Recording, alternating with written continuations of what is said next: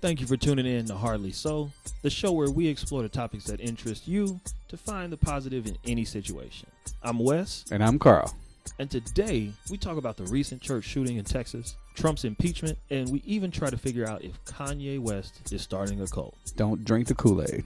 So, first, we do need to discuss this very recent and tragic news. On last night, West Freeway Church of Christ in White Settlement, Texas, they were having a service that was actually being live streamed on YouTube, where we saw, after a few seconds, a lone gunman drew a shotgun, opened fire.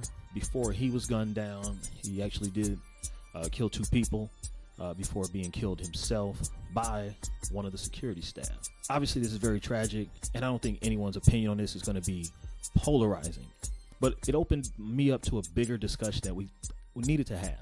Obviously, we both serve in the church. I myself am a licensed carrier. Many services I do carry.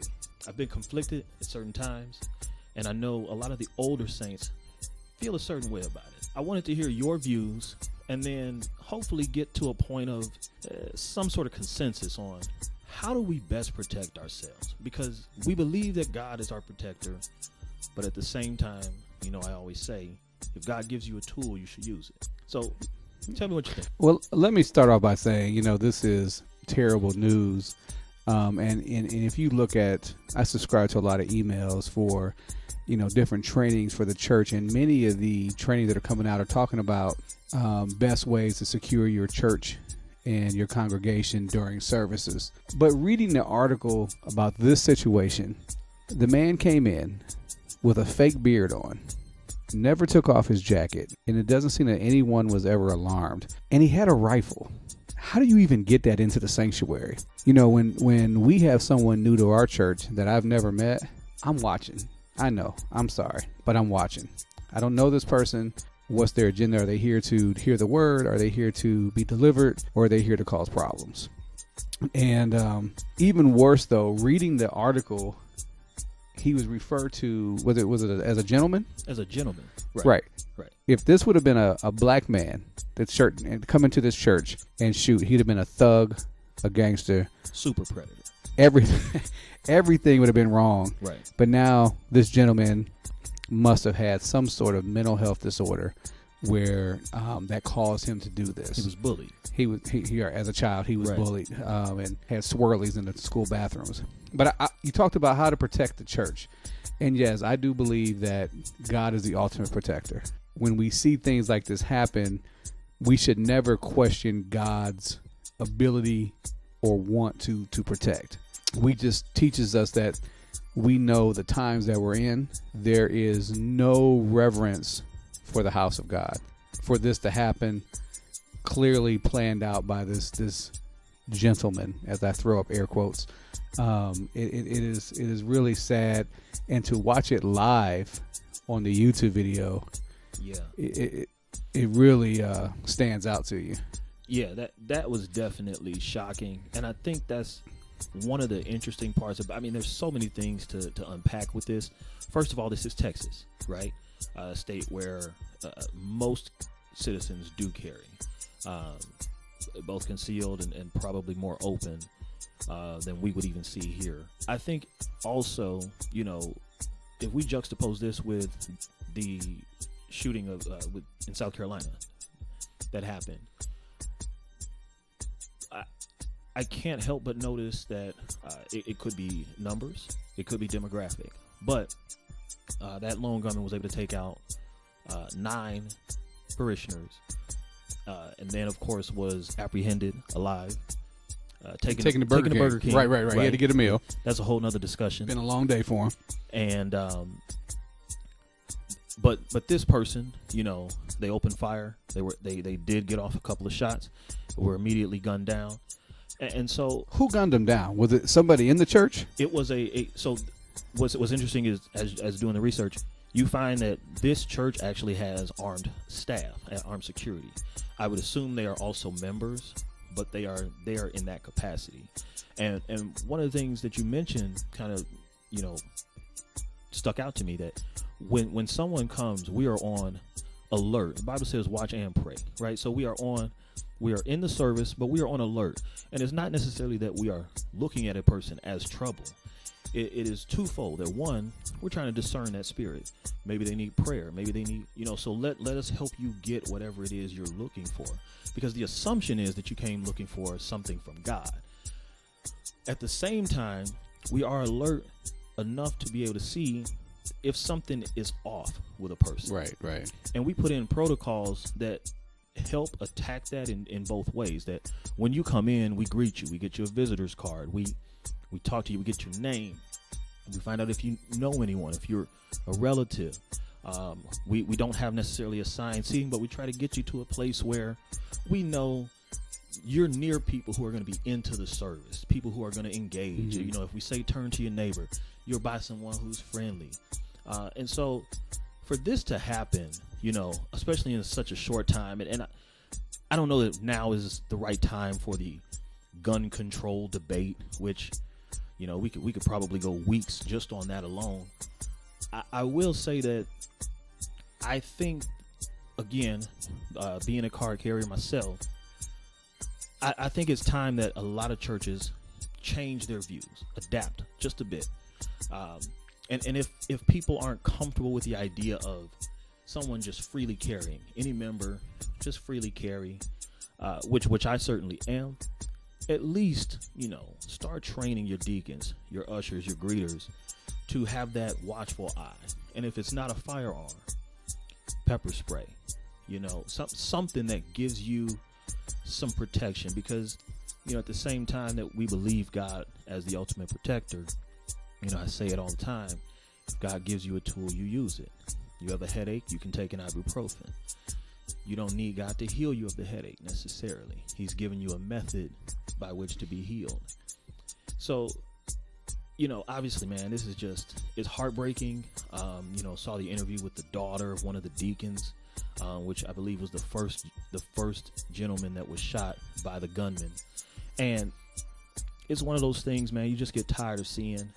And we can't depend on the government to change this. We have to take control in our own hands, because we know that the government itself is already in kind of a state of flux, right? So speaking of which, I one more thing to say. Okay. We have the church hug, right, where you go to your neighbor and hug your neighbor. Okay. It's going to start going into go to your neighbor and give them a pat down and see to make sure they're not, go to that new visitor and give them a hug and and make sure that right and check the ankles, make sure they don't have a tiny piece on.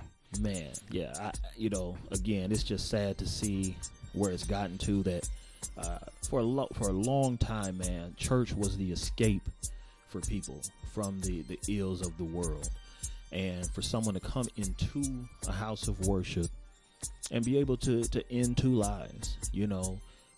We believe that they're in a better place. We believe that they knew the Lord, but they have families, they had dreams, they had goals. And these were young people. I mean, when I was a child, when you walk past the church, you stop yelling, you stop playing. Yeah. If you were driving past the church, driving past the church, you would turn your music down. There was a respect that existed that does not exist now. If you saw someone from the church right. in the neighborhood, if they weren't at church, but you saw them at the store, you changed. Right. And now, that's just gone out the window, man. And I think a lot of it just has to do with, what changes in society have come about recently. And so, well, I can tell you. Okay. I can tell you. Talk to me. Your behavior many times is based on your leadership. And we talk about leadership. We can talk about in other news that President Trump was impeached. And I'm going to ask you, what are your thoughts about the impeachment? Okay, so I have several thoughts from several different angles. First of all, I'm glad it happened. Why? I'm glad it happened because it needed to happen. The last 3 years have been, you'd like to say, a farce. I mean, it's just, it seemed comical at times. And many of us, of course, didn't think that President Trump would be President Trump. And this is not in an effort to bash him as a person.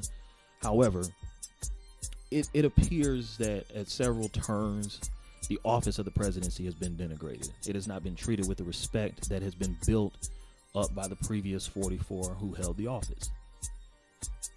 So I felt like impeachment needed to happen because it was symbolic. Now, moving past that, we know this now goes to the Senate, the very Republican Senate. It probably won't go through. It probably won't result in a removal, which the two previous impeachments did not either. And that's the thing. You look on social media, everybody was so happy and excited that President Trump was impeached. And I was like, so what? So what? Right. It goes nowhere. It means nothing. People felt like he was going to be packing up from the White House that night and moving out, and that's just not how this works. And when people found out, now they're not as engaged. So again, it goes to the Senate for this vote whether to have a hearing. Okay, probably won't have the hearing, but even if they do have the hearing and they support the impeachment, it then goes to the Supreme Court, which is stacked. Correct. By President Trump. So the likelihood that this man leaves the office disgracefully probably won't happen, and that's unfortunate. And again, it was somewhat of a formality. I feel like it was the coming full circle. We as a people in America feel a certain way. We've gotten tired of the middle class, the lower class, and I understand the pain of people that the confluence of events just came to be such that this man became president. I think the impeachment again was symbolic. It was, we understand that we need to right a wrong, and while this won't directly result in his removal, what I think it does is it engages those that are on the outskirts. It causes them to see that even the Republicans, right, because it did have to have some Republican votes to even get the impeachment, that they recognize things have not gone as we expected and thought. And my real hope for the American people is that this next election cycle, we correct that. Impeachment is well and good, and if it were to result in removal, that'd be great. But what I'd rather see is people get engaged, because now we're depending on the representatives of Congress and the Supreme Court to correct what the American people themselves did, or by virtue of not voting, did not do. I would like to see us correct that ourselves. I would like to see us band together, galvanize, and go out and do what's right by each other. Many people say that, I voted in my own best interest. I did what was right for me, and I understand it. But at the same time, I think that we all always owe ourselves and others a little bit of moral decency, a little bit of social responsibility, and I think that we can fix that in 2020. But let me say this: the process of impeachment, and if it happens, do you know who becomes president? Mike Pence becomes the president of the United States, and if anybody knows, right, currently living in Indiana, Mike Pence was our governor. Yes, that doesn't bode well for the American people for Mike Pence to become the president of the United States. I believe I'd rather have Trump as the president, who really could care less about his political future, than to put Mike Pence in, who is a career politician with no good intentions. And so this is not about party affiliation. This is not about, the R or the D next to your name. This is about having good people, godly people representing our country, and neither one of them are that. And I think we go from bad to worse with removing Trump and putting Pence in office. And you talked about let's fix that in 2020, and the only way to fix that in 2020 is to not to reelect one, and also or to impeach one to put the other one in place. Yeah, and I think that we agree in that is truly the lesser of two evils, which was a phrase we heard a lot in the 2016 election cycle. But I think that at this point, I don't know that it much matters. We are right here. So I would have felt differently if the impeachment process had started right away. Year one. Day 3. January 21st, I think it should have started. But I think I would have felt differently and probably more aligned with your thinking.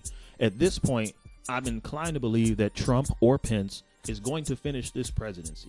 So probably Trump. At this point, it seems like it doesn't much matter. But, I think you kind of echo my sentiment that in 2020, we have to do better as a people in understanding what it is we are doing. And, I'm not one of these people who thinks that, presidents are chosen by the Rothschilds and the Vanderbilts and, votes don't matter. If votes didn't matter, there wouldn't be so much suppression effort. Voting matters. That is my stern belief. Wait. Votes are suppressed? I'm just kidding. Yes. Another topic, different podcast. It's a whole thing. You used to live in Florida. Yeah. It's funny we talk about Trump. Trump had a visitor in the White House a few months back, and this individual seemed to be a staunch Trump supporter. And now it seems as if he may be starting a cult. Is your own Kanye West. So first of all, I got to interject. There will be absolutely no Kanye West slander on this podcast. Wait a minute. 0. Wait, I might have to interject. Even though he did come out with a gospel CD. I heard it. Okay. It's trash. I hardly liked it. It's trash. It's hard. Did you like it? Hardly so. Listen, he had 2 good CDs, College Dropout and Late Registration. All right. So now we have gotten to probably our first big falling out. So now Kanye West, and I was actually having this same discussion last night because someone said Tupac was the greatest artist of all time. And he's not? Hardly so. Oh my gosh. And I had to interject. Tupac might not even be the best rap artist of all time, let alone Michael Jackson, Prince, but that's a whole nother episode. This podcast is going to get shut down. But here's what I'm saying about Kanye. He made his first 3 albums are unquestionably his greatest. College Dropout, Late Registration, Graduation. Okay. 808s and Heartbreak was good. See, you can't even think of the album name. My Beautiful Dark Twisted Fantasy, trash. I did not like it, but won some awards, got a lot of play. So at the end of the day, Kanye West might be my favorite artist of today, or of the past, say, 15 years, other than Jay-Z. But here's the thing I give Kanye. If you take his producing credits and you take his rapping credits and you separate them, either of those profiles might be a top 5, top 10 of that field.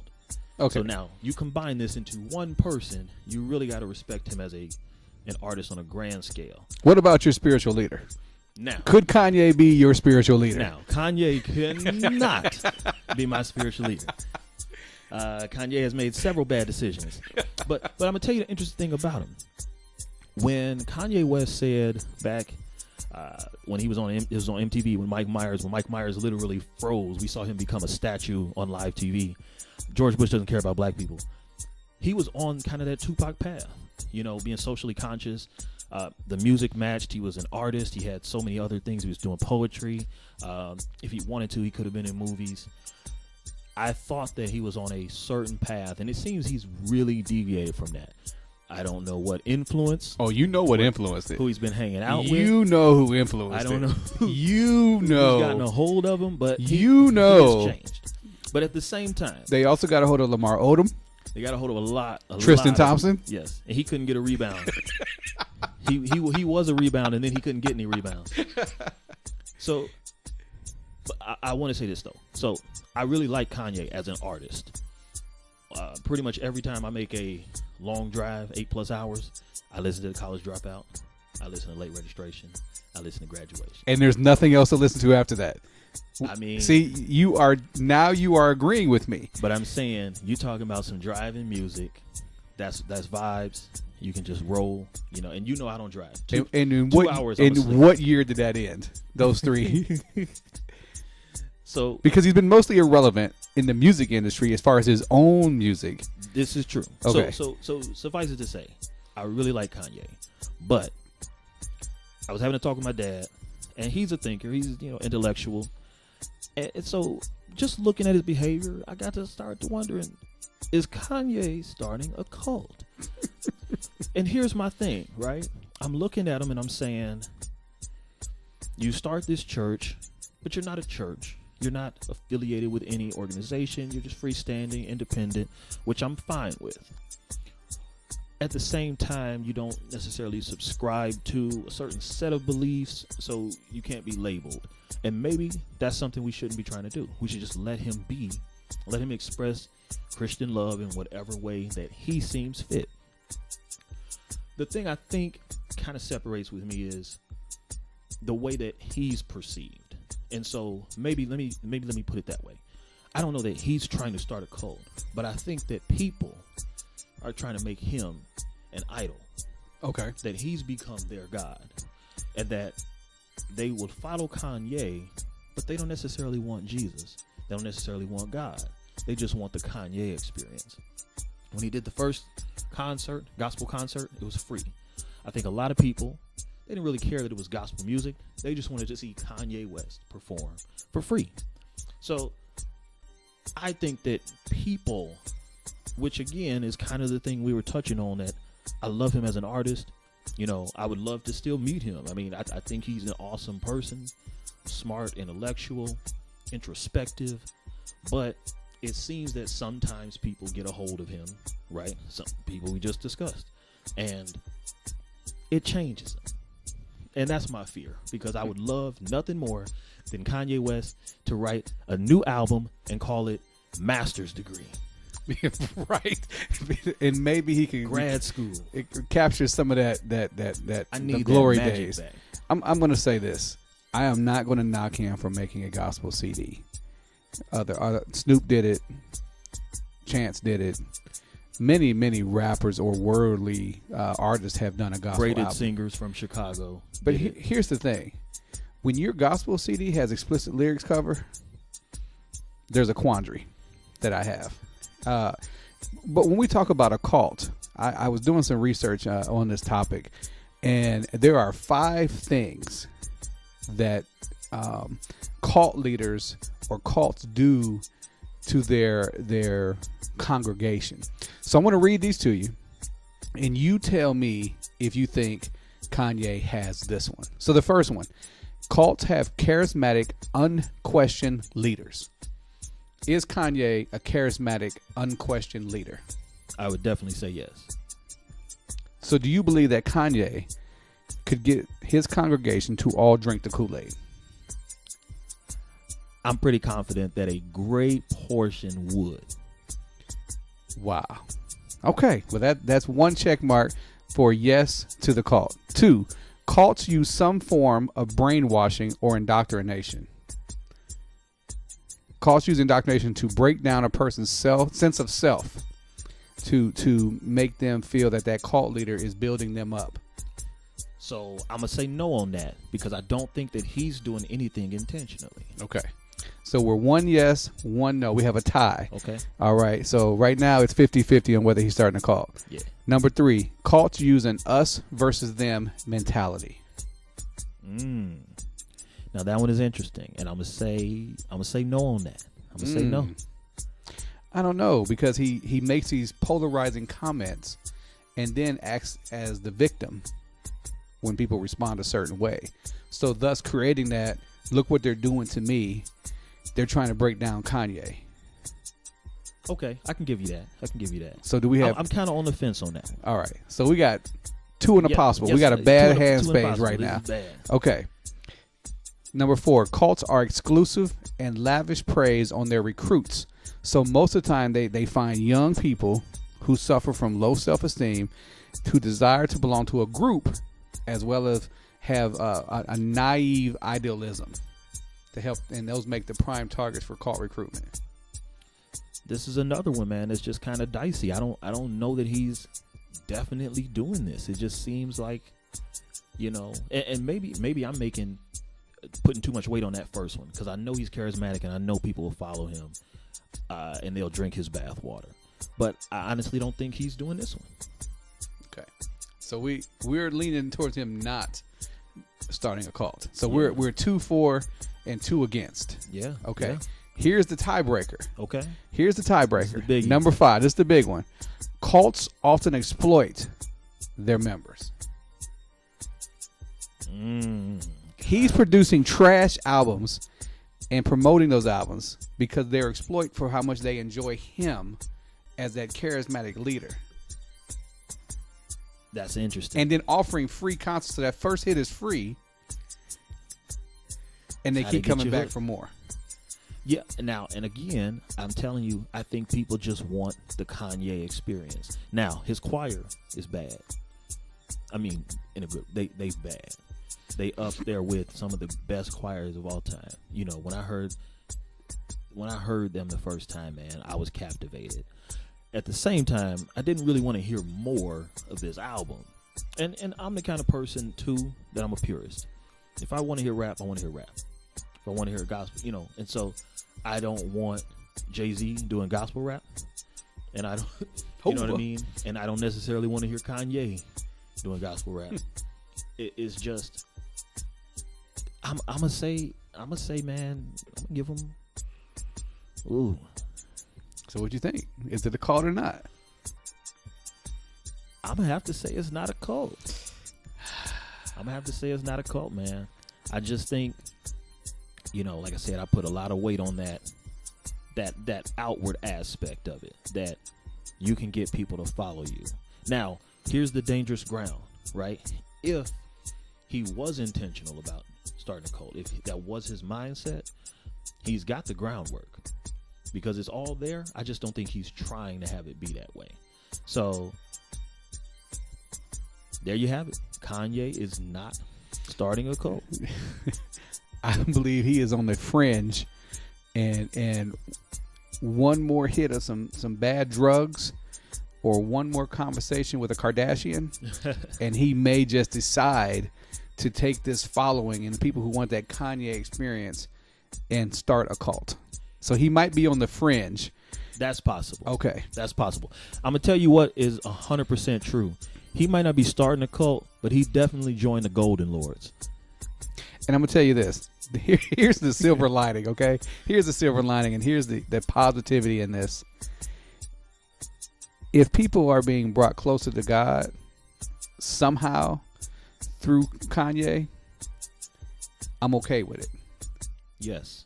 Yes. But I don't know if that's actually happening or not. And that was kind of a long-standing debate, even back in the 90s with, say, Kirk Franklin, Hezekiah Walker.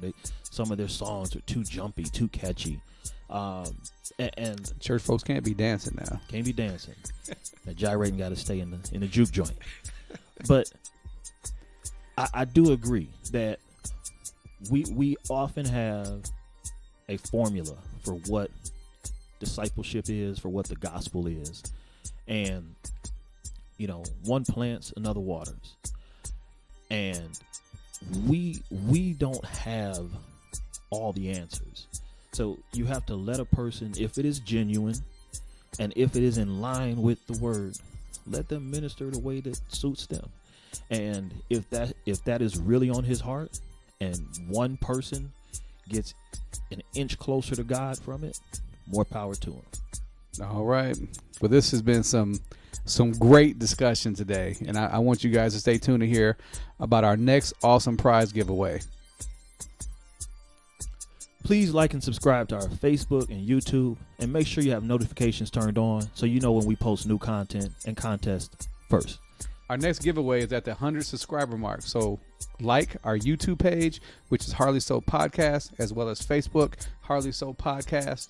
We're giving away an Echo Dot 2. So all you have to do is like our Facebook, subscribe to our YouTube channel, and you can do it both ways, which is awesome. So you can double your chance to win. Thank you, and we'll see you next time on Hardly So.